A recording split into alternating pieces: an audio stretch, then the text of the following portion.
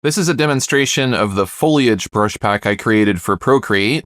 You can download these brushes from my website at aaronrutten.com. The first brush I'll demonstrate with is called Branches. Branches are, of course, what foliage attaches to. If I use heavy pressure, I will get a thicker branch, and if I use lighter pressure, I'll get a thinner branch. What I want to do here is taper my pressure from heavy to light. I can get these really nice branch effects. If you overlap strokes, another thing you'll notice is that some of the strokes get lighter or darker. This is particularly useful if you want to create the illusion of tree bark.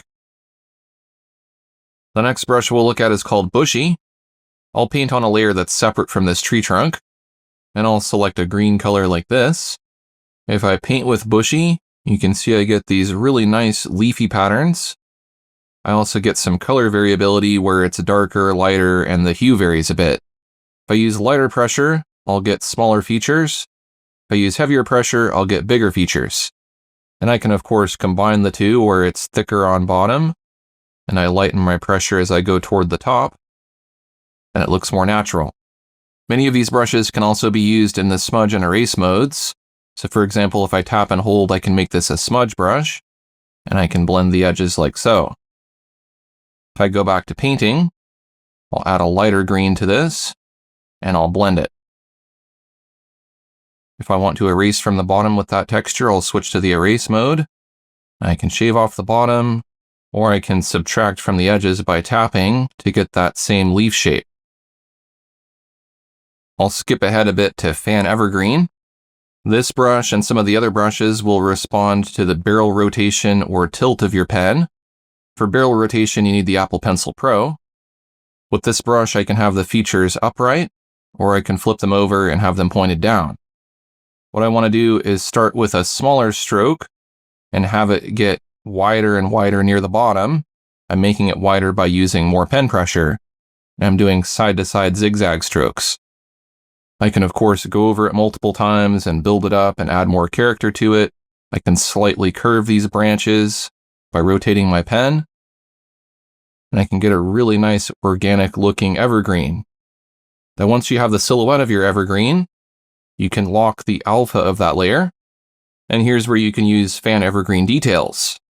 I'll choose a lighter color, and this brush has a weak opacity, so it's meant to be built up gradually. So I'm using that same light to heavy pressure, and just going over it a few times to thicken it up and add form. I can make my color lighter again if I need to, and add some more highlights. I can even tap or make short strokes like this. The next brush I'll demonstrate with is Foliage Clumps. If I paint with this brush, you can see I get this really great foliage that clumps together. If I use lighter pressure, then those features are finer and more textured. If I use heavier pressure, then there's less of that texture, and the brush covers a lot more. If I use a lighter color over that, you can see there's some color variability, and I can very easily paint trees and bushes. Let's give Foliage Down a try. This is another brush that you can rotate, and it's meant to have the foliage sort of hang down, but you could have the foliage point up as well. Let's try painting this on the tree so we can see it in context. We'll just go right over the ends of the branches here. Again, we can lock the alpha. I'll select a darker color this time, and just paint in some form like so. And of course, you can switch to the smudge mode if you want to blend it together. We have Grass Blade next. We'll zoom into the bottom of this tree, and we'll draw some grass at the base. This brush tapers very easily. You can control the size of the grass with the size of the brush, so if you wanted thinner grass, you'd of course make that smaller. If I use a brighter color, you can see there's color variability, so each stroke is slightly different than the previous stroke.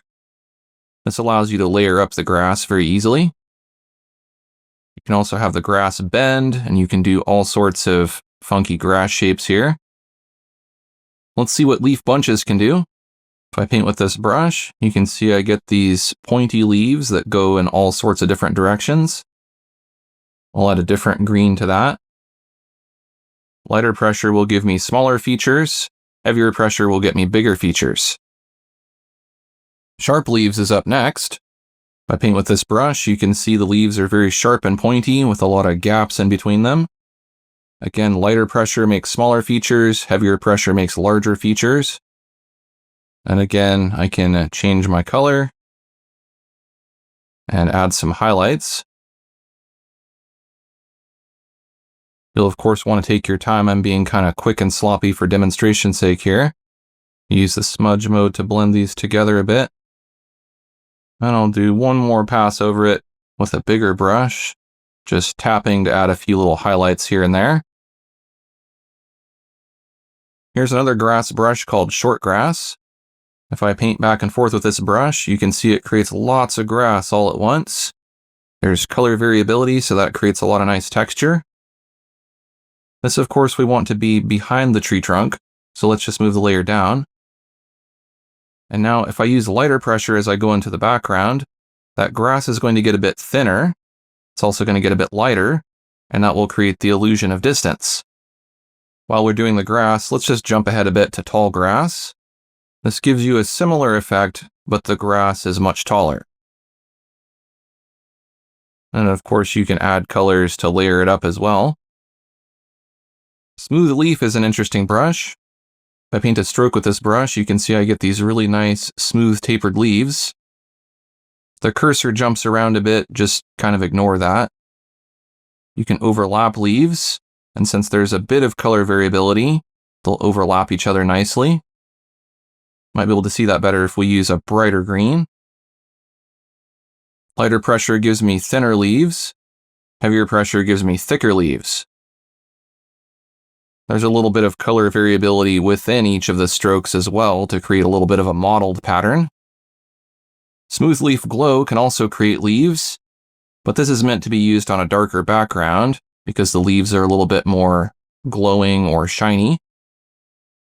But again, you can overlap them. There's a bit of color variability, but because these are glow brushes, you have to be careful when you overlap them because you can sometimes see through to the background. Glow brushes work better if you use a darker color. This way they don't build up to white too quickly. Let's move on down to thin leaves. If I paint some of this on my tree, you can see I get these really nice individual leaves.